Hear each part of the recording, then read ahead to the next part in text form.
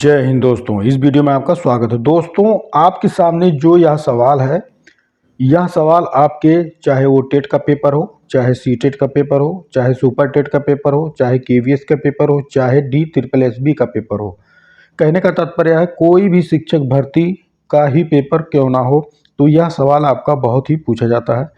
तो इन सवालों को क्या करते हैं, बहुत से अभ्यर्थी गलत कर देते हैं। क्यों? क्योंकि उनको वियोजक और अंतर तथा वियोज्य का जो शब्द है ये इसका मान पता नहीं होता है। इस प्रकार उनका क्या होता है, सवाल गलत हो जाता है। तो आज की इस वीडियो में हम ऐसे सवालों को किस प्रकार हल करते हैं उसको हम बहुत ही आसानी से हल करके सीखने वाले हैं। तो सबसे पहले आपको क्या करना है, शब्दों को जानना है। या क्या शब्दों को जानना है? एक शब्द होता है वियोज्य होता है, एक शब्द आपका क्या होता है, वियोज्य होता है, या फिर हम क्या कह सकते हैं, वियोज्य संख्या कह सकते हैं। क्या कह सकते हैं? वियोज्य संख्या कह सकते हैं। और जो दूसरा शब्द होता है यह आपका वियोजक होता है, या फिर इसको हम वियोजक संख्या भी कह सकते हैं। ठीक है। और इसमें से जो आपका बच जाता है उसी को हम क्या कहते हैं, अंतर कहते हैं। अर्थात अगर हम ध्यानपूर्वक देखेंगे इन शब्दों को तो इसका मतलब क्या होता है, वह संख्या जिसमें से हम घटाते हैं, यानी कि ये सब क्या है, घटाव की प्रक्रिया है। ठीक है, क्या है, घटाव की प्रक्रिया है। तो वह संख्या जिसमें से हम घटाते हैं उसको वियोज्य कहते हैं, और जिस संख्या को घटाते हैं उसको हम वियोजक कहते हैं, और जो बच जाता है उसी को हम क्या कहते हैं, अंतर कहते हैं। ठीक है।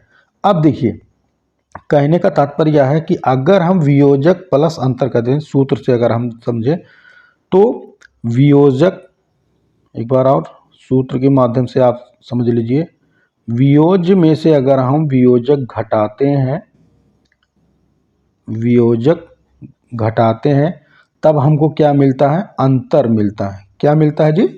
अंतर मिलता है। ठीक है। अब यहां पर कह रहा है यदि वियोजक 5,30,876 हो, यानी कि वियोजक आपका यह दिया हुआ है तथा अंतर आपका दिया हुआ है 1,0250 हो, तो वियोज्य का मान बताइए। ठीक है। अब यहाँ पर हम क्या करते हैं, इसका मान रख देते हैं। ठीक है, वियोजक आपका दिया है तो वियोज्य आपको ज्ञात करना है। अब देखिए, वियोज्य निकालना है आपको, वियोज्य माइनस हम क्या करते हैं, वियोजक के स्थान पर हम क्या करते हैं, जो आपका दिया है, कितना दिया है, 5,30,876, इसको हम लिख लेते हैं 5,30,876। ठीक है। और बराबर अंतर आपका दिया हुआ है, अंतर 1,0250, 1,0250। ठीक है, ये आपका दिया हुआ है। तो कह रहा है वियोज्य का मान बताइए। तो वियोज्य का मान निकालने के लिए हम क्या करते हैं, इसको पक्षांतर करते हैं। अब देखिए, इधर हम क्या कर सकते हैं, दो पक्ष आप ध्यान पूर्वक अगर देख रहे होंगे तो ये दायां पक्ष है और ये बायां पक्ष है। तो बाएं पक्ष में वियोज्य माइनस 5,30,876 है और दाएं पक्ष में 1,0250 है। तो यहाँ पर हम क्या करते हैं, वियोज्य को ऐसे ही लिख लेते हैं। अब देखिए, जब पक्षांतर की प्रक्रिया में हम करते हैं, पक्षांतर की प्रक्रिया जब हम स्थापित करते हैं, अगर बाएं से दाहिने तरफ कोई जाता है तो उसका चिन्ह परिवर्तित हो जाता है। यहाँ माइनस है तो इधर जाएगा प्लस हो जाएगा। ठीक है। तो सबसे पहले यहाँ पर 1,0250 आपका है। अब देखिए, माइनस है तो यहाँ आकर क्या हो जाएगा, प्लस हो जाएगा। ठीक है, 5,30,876। ठीक है, इस प्रकार। अब यहाँ पर क्या कर देना है, इन दोनों को आपस में जोड़ देना है, तो जो मान प्राप्त होगा आपको वही क्या हो जाएगा, आपका वियोज्य हो जाएगा। इस प्रकार के सवाल आपके बहुत पूछे जाते हैं। देखिए, ये आपका जो जोड़ने का तरीका है यह आपका बाएं से दाएं तरफ है।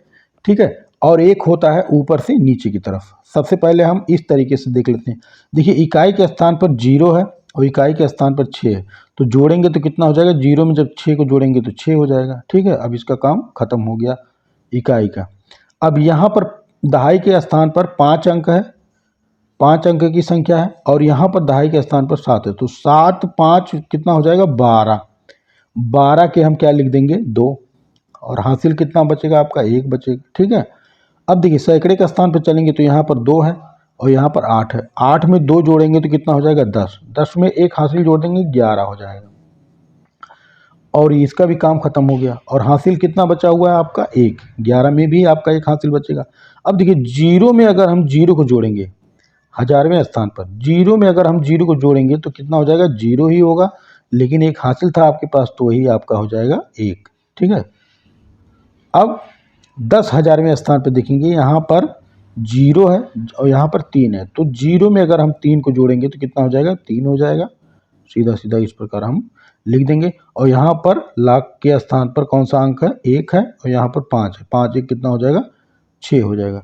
तो यही क्या हो जाएगा, आपका आंसर हो जाएगा, उत्तर हो जाएगा। ठीक है, तो इस प्रकार हम क्या करते हैं, वियोज्य का मान निकालते हैं। वियोज्य आपका कितना हो गया, 6,31,126। ठीक है, ये तो था आपका दाएं से बाएं तरफ, या फिर हम कह सकते हैं दाएं से बाएं तरफ, या फिर बाएं से दाएं तरफ हम क्या करते हैं, जोड़ते हैं। ठीक है, अब देखिए ऊपर से नीचे की तरफ अगर इसी को हमको जोड़ना है तो हम क्या करते हैं, सबसे पहले 1,02,50 ऐसे ऊपर लिख लेंगे, नीचे कितना लिख लेंगे, 5,30,876, और यहाँ प्लस का हम चिन्ह लगा देंगे, और इस प्रकार हम क्या करते हैं, जोड़ते हैं। ठीक है, अभी दोनों का उत्तर सेम आएगा। यहाँ पर 6 में हम क्या जोड़ते हैं, 6 जोड़ेंगे, 6 में अगर हम 0 जोड़ेंगे तो 6 हो जाएगा, और 7 में अगर हम 5 जोड़ेंगे तो 7 5 12 के 2 हो जाएगा, और एक हासिल हो जाएगा, तो 8 2 10, एक कितना हो जाएगा, 11, और 0 में 1 जोड़ देंगे तो हासिल हो जाएगा 1।